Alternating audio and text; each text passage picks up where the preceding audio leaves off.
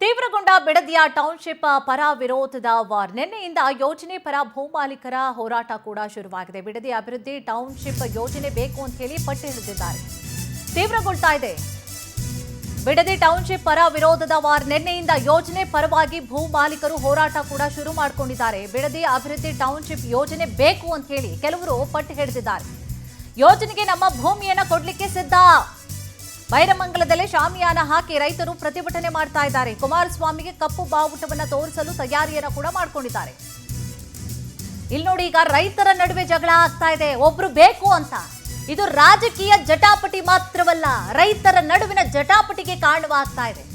ಒಬ್ರು ಬೇಕು ಅಂತಾರೆ, ಎಲ್ರು ನಮ್ಮ ರೈತರೇ, ನಮ್ಗೆ ಇವ್ರು ಬೇಕು ಇವ್ರು ಬೇಡ ಅಂತಲ್ಲ, ಎಲ್ರು ಒಂದೇ, ಎಲ್ರು ಕೂಡ ಅನ್ನದಾತರೆ. ಆದ್ರೆ ಈ ಟೌನ್ಶಿಪ್ ವಿಚಾರ ಇದೆಯಲ್ಲ, ರೈತರ ನಡುವೆ ವಿರೋಧಕ್ಕೆ ಕಾರಣವಾಗ್ತಾ ಇದೆ. ಒಬ್ರು ಬೇಕು ಅಂತ, ಒಬ್ರು ಬೇಡ ಅಂತ. ಸೊ ಈಗ ಏನ್ ಮಾಡೋದು? ಈಗ ಮುಂದಿನ ಪ್ರಶ್ನೆಗಳು ಏನ್ ಮಾಡೋದು ಅನ್ನುವಂಥ ಪ್ರಶ್ನೆಗಳು ಉದ್ಭವ ಆಗ್ತಾ ಇದೆ. ಇನ್ನು ಕುಮಾರಸ್ವಾಮಿ ಅವರು ಬಂದ್ರೆ ಕಪ್ಪು ಬಾವುಟವನ್ನ ತೋರಿಸ್ತೀವಿ ನಾವು ಅಂತ ಹೇಳಿ ಕೂಡ ಈಗಾಗಲೇ ರೆಡಿ ಆಗಿದ್ದಾರೆ ಒಂದಷ್ಟು ರೈತರು ಕೂಡ. ಒಂದ್ ಕಡೆ ಅನ್ನದಾತರು ಭೂಮಿಗಾಗಿ ಪ್ರತಿಭಟನೆ ಮಾಡ್ತಾ ಇದ್ದಾರೆ, ಇನ್ನೊಂದ್ ಕಡೆ ಟೌನ್ಶಿಪ್ ಅನ್ನ ಬೆಂಬಲಿಸಿ ರೈತರು ಧರಣಿಯನ್ನ ಮಾಡ್ತಿದ್ದಾರೆ. 470 ದಿನಗಳಿಂದ ಟೌನ್ಶಿಪ್ ವಿರೋಧಿಸಿ ಪ್ರತಿಭಟನೆಯನ್ನ ಮಾಡಲಾಗ್ತಾ ಇದೆ. ಭೂಮಿ ಮಾತ್ರ ಕೊಡಲ್ಲ ಅಂತ ಹೇಳಿ ಅನ್ನದಾತರು ಕೂಡ ಪಟ್ಟನ್ನ ಹಿಡಿದಿದ್ದಾರೆ.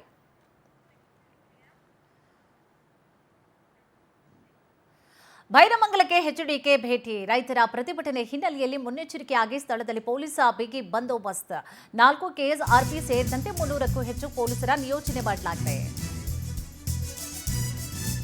ಮುನ್ನೆಚ್ಚರಿಕೆಯಾಗಿ ಸ್ಥಳದಲ್ಲಿ ಪೊಲೀಸ್ ಬಿಗಿ ಬಂದೋಬಸ್ತನ್ನ ಕೂಡ ಏರ್ಪಡಿಸಲಾಗಿದೆ. ಏಕೆಂದ್ರೆ ಕೆಲವರು ಬೇಕು ಅಂತಾರೆ, ಕೆಲವರು ಬೇಡ ಅಂತಾರೆ. ಇವತ್ತು ಕುಮಾರಸ್ವಾಮಿ ಅವರು ರೈತರ ಅಹವಾಲನ್ನ ನಾನು ಸ್ವೀಕಾರ ಮಾಡ್ತೀನಿ, ಸಮಸ್ಯೆಗಳನ್ನ ಇತ್ಯರ್ಥ ಮಾಡ್ತೀನಿ ಅಂತ ಹೇಳಿ ಕೂಡ ಹೇಳ್ತಾ ಇದ್ದಾರೆ.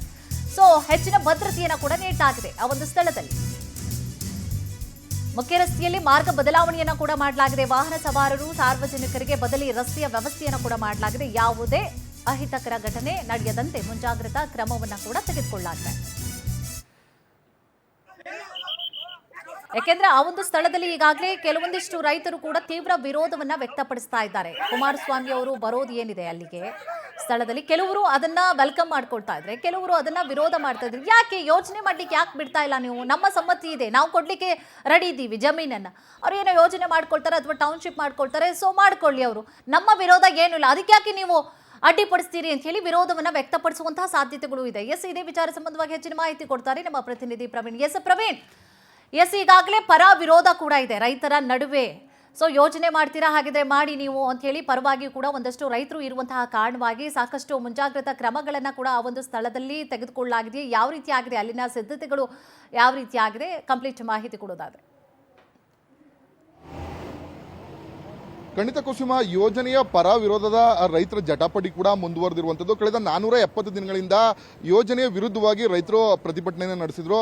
ಅದರ ತರುವಾಯ ನಿನ್ನೆ ಯೋಜನೆಯ ಪರವಾಗಿ ಕೂಡ ನಾವಿದ್ದೇವೆ, ಯೋಜನೆ ಮಾಡಲೇಬೇಕು ಅಂತೇಳಿ ಕೂಡ ಒಂದಷ್ಟು ರೈತರು ಪ್ರತಿಭಟನೆ ಧರಣಿಯನ್ನು ಮಾಡಲಿಕ್ಕೆ ಮುಂದಾಗಿರುವಂಥದ್ದು. ಏನು ಬೈರಮಂಗಲ ಗ್ರಾಮದಲ್ಲೇ ಒಂದು ಪೆಂಡಲ್ ಅನ್ನು ಹಾಕೊಂಡು ನಮ್ಮ ಭೂಮಿ ಇದು ನಮ್ಮ ಹಕ್ಕು, ನಾವು ಯೋಜನೆಗೆ ಭೂಮಿಯನ್ನು ಕೊಡ್ತೇವೆ, ಹಾಗಾಗಿ ನಮಗೆ ಯೋಜನೆ ಬೇಕೇ ಬೇಕು, ನಾವು ಸಾಕಷ್ಟು ಸಮಸ್ಯೆಗಳನ್ನು ಅನುಭವಿಸಿದ್ವಿ, ಹಾಗಾಗಿ ಸರ್ಕಾರ ಯೋಜನೆಯನ್ನು ಮಾಡಲೇಬೇಕು ಅಂತ ಹೇಳಿ ಕೂಡ ಒಂದಷ್ಟು ಜನ ರೈತರುಗಳು ಪ್ರತಿಭಟನೆಯನ್ನ ಮಾಡ್ತಾ ಇರುವಂಥದ್ದು ಒಂದ್ ಕಡೆ. ಮತ್ತೊಂದು ಕಡೆ ಇವತ್ತು ಕುಮಾರಸ್ವಾಮಿ ಅವರು ಬರ್ತಾ ಇದ್ದಾರೆ. ಹಾಗಾಗಿ ಕುಮಾರಸ್ವಾಮಿ ಅವರಿಗೆ ನಾವು ಒಂದಷ್ಟು ಪ್ರಶ್ನೆಗಳನ್ನ ಹಾಕ್ತೀವಿ, ಜೊತೆಗೆ ಕಪ್ಪು ಬಟ್ಟಿ ಕೂಡ ಪ್ರದರ್ಶನ ಮಾಡ್ತೀವಿ. 20 ವರ್ಷದಿಂದ ನಮ್ಮ ಭೂಮಿ ರೆಡ್ ಝೋನ್ ಅಲ್ಲಿತ್ತು, ಹಾಗಾಗಿ ನಮಗೆ ಸಾಕಷ್ಟು ಸಮಸ್ಯೆಗಳಾಗಿದೆ. ಕುಮಾರಸ್ವಾಮಿ ಅವರು ಕೇವಲ ರೈತರ ಯೋಜನೆ ವಿರುದ್ಧ ಇರುವಂತಹ ರೈತರ ಜೊತೆ ಯಾಕೆ ಚರ್ಚೆ ಮಾಡಬೇಕು? ನಾವೆಲ್ಲರೂ ಕೂಡ ಪರವಾಗಿ ಇದ್ದೇವೆ, ನಮ್ಮ ಜೊತೆ ಕೂಡ ಕುಮಾರಸ್ವಾಮಿ ಅವರು ಚರ್ಚೆ ಮಾಡಬೇಕು, ನಾವು ಕೂಡ ಒಂದಷ್ಟು ಪ್ರಶ್ನೆಗಳನ್ನ ಹಾಕ್ತೀವಿ ಅಂತೇಳಿ ಹೇಳಿಕೆಗಳನ್ನ ಕೊಟ್ಟರು. ಆ ಬೆನ್ನಲ್ಲೇ ಈಗ ಪೊಲೀಸರು ಕೂಡ ಅಲರ್ಟ್ ಆಗಿರುವಂಥದ್ದು, ಸಾಕಷ್ಟು ಬಿಗಿ ಬಂದೋಬಸ್ತನ್ನ ಕೂಡ ಮಾಡ್ಕೊಂಡಿರುವಂಥದ್ದು. ನೀವು ಕೂಡ ದೃಶ್ಯಗಳು ನೋಡಬಹುದು. ಸುಮಾರು 15ಕ್ಕೂ ಹೆಚ್ಚು ಕೆಎಸ್ಆರ್ಪಿ ತುಕಡಿಗಳನ್ನ ಇಲ್ಲಿಗೆ ಕರ್ಸ್ಕೊಂಡಿರುವಂಥದ್ದು. ಯಾಕಂತಂದ್ರೆ ಕೇಂದ್ರ ಸಚಿವ ಕುಮಾರಸ್ವಾಮಿ ಅವರು ಬಂದಂತ ಸಂದರ್ಭದಲ್ಲಿ ಯೋಜನೆಯ ಪರವಾಗಿದ್ದಂಥ ರೈತರೇನಾದರೂ ಆಕ್ರೋಶಗೊಂಡು ಬೇರೆ ರೀತಿ ಘಟನೆ ಆಗಬಾರ್ದು ಅನ್ನೋ ಕಾರಣಕ್ಕೋಸ್ಕರವಾಗಿ ಮುಂಜಾಗ್ರತಾ ಕ್ರಮವಾಗಿ ಸುಮಾರು 15 ಕೆಎಸ್ಆರ್ಪಿ ಬಸ್ಗಳನ್ನ ಕರ್ಸ್ಕೊಂಡಿರುವಂಥದ್ದು.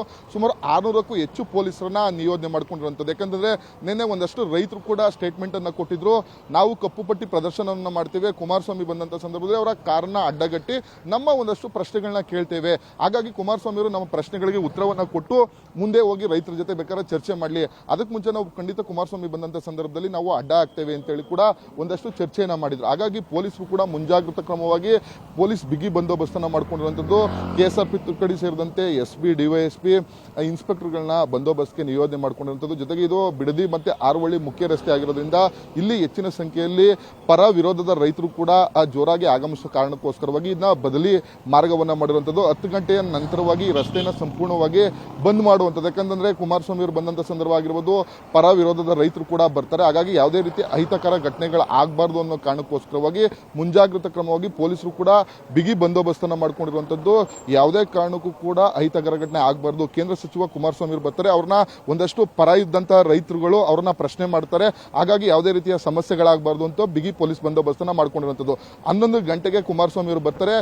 ಪರ ಇದ್ದಂತ ರೈತರು ಕೂಡ ಈಗ ಆಲ್ರೆಡಿ ಆಗಮಿಸ್ತಾ ಇರುವಂತದ್ದು. ಜೊತೆಗೆ ವಿರೋಧ ಇದ್ದಂತ ರೈತರು ಕೂಡ ಈಗ ವೇದಿಕೆ ಬಳಿ ಬರ್ತಾ ಇರುವಂತದ್ದು. 11 ಗಂಟೆ ಬಳಿಕ ಬಂದಂತ ಸಂದರ್ಭದಲ್ಲಿ ಒಂದಷ್ಟು ದೊಡ್ಡ ಹೈಡ್ರಾಮಾಗಳಾಗುತ್ತೆ. ಯಾಕಂದ್ರೆ ಯೋಜನೆಯ ಪರವಾಗಿದ್ದಂತ ರೈತರುಗಳು ಕೂಡ ಕುಮಾರಸ್ವಾಮಿಯನ್ನ ನೇರವಾಗಿ ಪ್ರಶ್ನೆ ಮಾಡಬೇಕು ಅಂತೇಳಿ ಈಗ ಆಲ್ರೆಡಿ ತೀರ್ಮಾನ ಮಾಡ್ಕೊಂಡಿರೋದ್ರಿಂದ ಒಂದಷ್ಟು ಗೊಂದಲಗಳು ಜೊತೆಗೆ ಒಂದಷ್ಟು ಹೈಡ್ರಾಮಾಗಳು ಕೂಡ ನಡೆಯುವಂತದ್ದು. ಕುಸುಮ, ಎಸ್, ಥ್ಯಾಂಕ್ ಯು ತಮ್ಮೆಲ್ಲ ಮಾಹಿತಿಗಾಗಿ.